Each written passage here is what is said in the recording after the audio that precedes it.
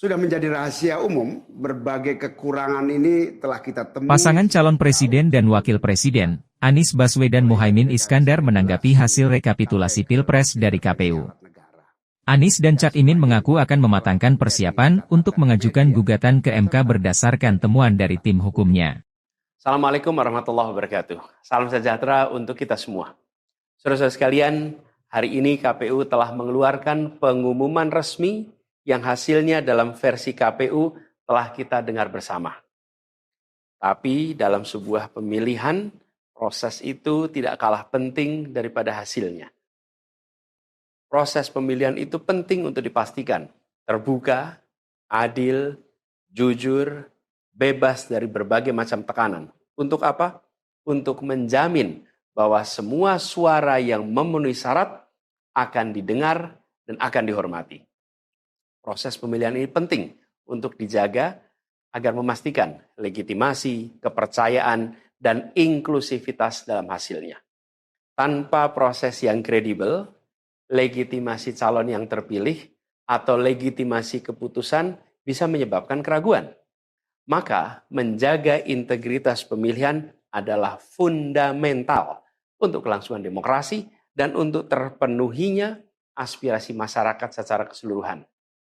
Atas dasar itu, izinkan kami menyampaikan pernyataan untuk mendakapi proses pemilu yang sejak awal hingga saat ini. Saudara-saudara sekalian, sepanjang perjalanan Pilpres kali ini, sejak awal kita semua telah melihat dan menemukan begitu banyak ketidaknormalan, kekurangan, dan pembiaran terhadap proses yang tidak wajar, yang tidak pernah terjadi sebelumnya dalam sejarah bangsa ini. Sudah menjadi rahasia umum, berbagai kekurangan ini telah kita temui sejak jauh sebelum pencoblosan. Mulai dari rekayasa regulasi sampai ke intervensi alat negara. Dan semua ini telah menjadi catatan media serta jadi catatan publik. Mas Anies dan saya maju pencalonan sebagai capres dan cawapres ini untuk membawa misi perubahan, menghadirkan keadilan dan kemakmuran bagi semua, menegakkan kembali demokrasi dan menunaikan janji-janji reformasi. Dan berdasarkan catatan dari KPU tadi, ada puluhan juta orang yang menitipkan suara kepada kami berdua. Maka demi memperjuangkan suara mereka yang percaya pada perubahan dan tetap teguh hingga akhir, kami memutuskan meminta tim hukum Timnas Amin untuk maju ke Mahkamah Konstitusi dan menyampaikan kepada majelis hakim serta publik luas tentang berbagai kekurangan dan penyimpangan yang telah terjadi selama proses Pilpres kali ini.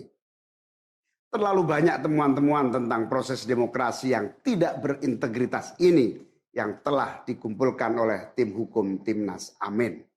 Semua ini nanti akan disampaikan oleh tim hukum kepada Mahkamah Konstitusi. Kami mempercayakan sepenuhnya proses ini kepada tim hukum yang dipimpin oleh Saudara Ari Yusuf Amir.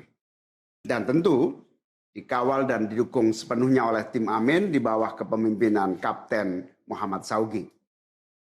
Kami menyerukan kepada seluruh relawan dan pendukung, mari kita dukung sepenuhnya tim hukum berjuang di jalan konstitusional yang telah tersedia secara sah. Dan kita semua akan terus menjaga etika demokrasi, menjaga suasana kedamaian dan persatuan. Saudara-saudara sekalian, kepemimpinan yang lahir dari proses yang ternodai dengan penyimpangan, dengan kecurangan, akan menghasilkan rejim yang outputnya nanti, keluarannya nanti adalah kebijakan-kebijakan yang penuh dengan ketidakadilan. Dan ini yang tidak ingin kita temui di Indonesia. Kita tidak ingin ini terjadi. Dalam prinsip negara demokrasi modern, ketika melihat ketidaknormalan, ketika melihat penyimpangan demokrasi, maka langkah yang dilakukan bukanlah marah-marah lalu melakukan agitasi kepada publik. Tapi langkah yang dilakukan adalah mengumpulkan semua sinyalemen, semua bukti-bukti untuk kemudian nanti dibawa ke depan hakim, ke depan Mahkamah Konstitusi. Ini ciri pribadi, ciri organisasi, dan ciri negara yang modern, yang matang, yang beradab. Karena itu sejak awal kami katakan, kami tidak akan gegabah. Walaupun kami merasakan sejak masa kampanye sampai pemilihan terlalu banyak ketidaknormalan, penyimpangan yang kami alami. Tapi kami memilih untuk mengumpulkan itu semua secara hati-hati, melakukan validasi, memastikan akurat. Kenapa? Karena kita ingin negeri ini, negara tercinta kita ini terus maju makin matang dalam berdemokrasi, makin matang dalam bernegara. Dan ini kita kerjakan dengan keseriusan. Kita tidak ingin proses demokrasi yang terjadi membuat kita mundur mendekati masa prareformasi. Karena itulah kita menjaga semua proses ini secara baik, secara tertib. Walaupun itu semua kita lakukan, akan ada saja yang berusaha merendahkan usaha konstitusional ini. Ada saja yang nanti akan mendegradasi usaha konstitusional ini. Seakan ini adalah sikap penyangkalan dan tidak mau menerima kekalahan.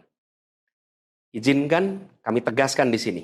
Kami tidak ingin membiarkan penyimpangan atas demokrasi itu berlalu tak ditantang. Kami tidak ingin penyimpangan itu berlalu tanpa catatan.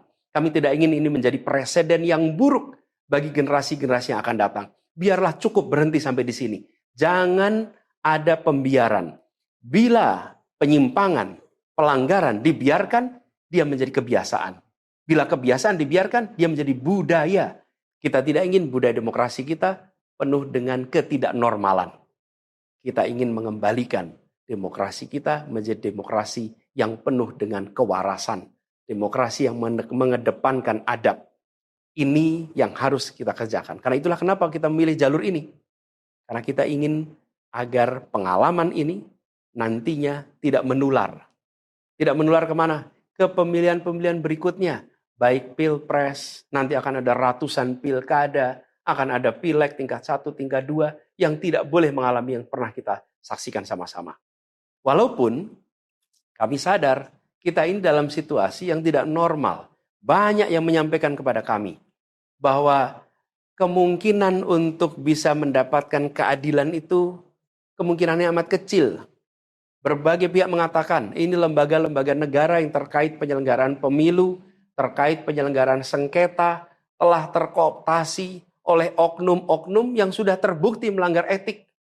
Bahkan ada yang ketuanya sudah melanggar kode etik berkali-kali, sudah diberikan sanksi berkali-kali, tapi tetap saja dibiarkan menjalankan perannya. Padahal perannya memiliki dampak pada kehidupan seluruh bangsa Indonesia dan perjalanan ke depan negara kita. Meskipun kita dengar itu semua, meskipun kita saksikan ketidaknormalan itu, tapi kami tetap memilih berada pada jalan dan jalur konstitusi. Kami berharap pertolongan Allah Subhanahu wa taala, pertolongan Tuhan yang Maha Kuasa. Semoga Allah bukakan, Allah teguhkan hati para hakim konstitusi itu untuk mereka bisa imparsial, untuk mereka memiliki keberanian, untuk mereka mengambil keputusan yang adil, keputusan yang benar, keputusan yang nantinya akan mereka pertanggungjawabkan di hadapan Tuhan yang Maha Kuasa. Keputusan yang akan mereka pertanggungjawabkan di hadapan sejarah perjalanan bangsa Indonesia, yang akan dipertanggungjawabkan di depan anak cucu mereka di kemudian hari. Ini adalah harapan kita, dan kami yakin insya Allah mereka akan bisa menjalankan apa yang menjadi harapan dari kita semua. Mari kita terus jalankan perjuangan ini dengan menjunjung tinggi etika, menjaga kedamaian dan persatuan. Kita dukung langkah tim hukum, dan kita biarkan segala temuan itu nantinya disampaikan dan menjadi rekam sejarah yang tercatat secara resmi dalam lembaran risalah-risalah Mahkamah Konstitusi Republik Indonesia. Ini biar menjadi catatan, biar catatan pengingat, catatan yang penting bagi perjalanan Republik ini, perjalanan bangsa ini di masa yang akan datang. Seperti saya katakan tadi, jangan sampai ini berulang lagi. Dan izinkan kami mengakhiri dengan menyampaikan terima kasih.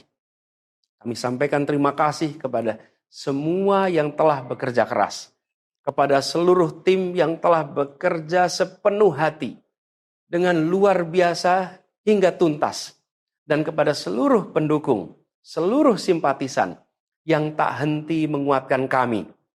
Kami juga ingin sampaikan apresiasi atas kepercayaan yang diberikan kepada kami.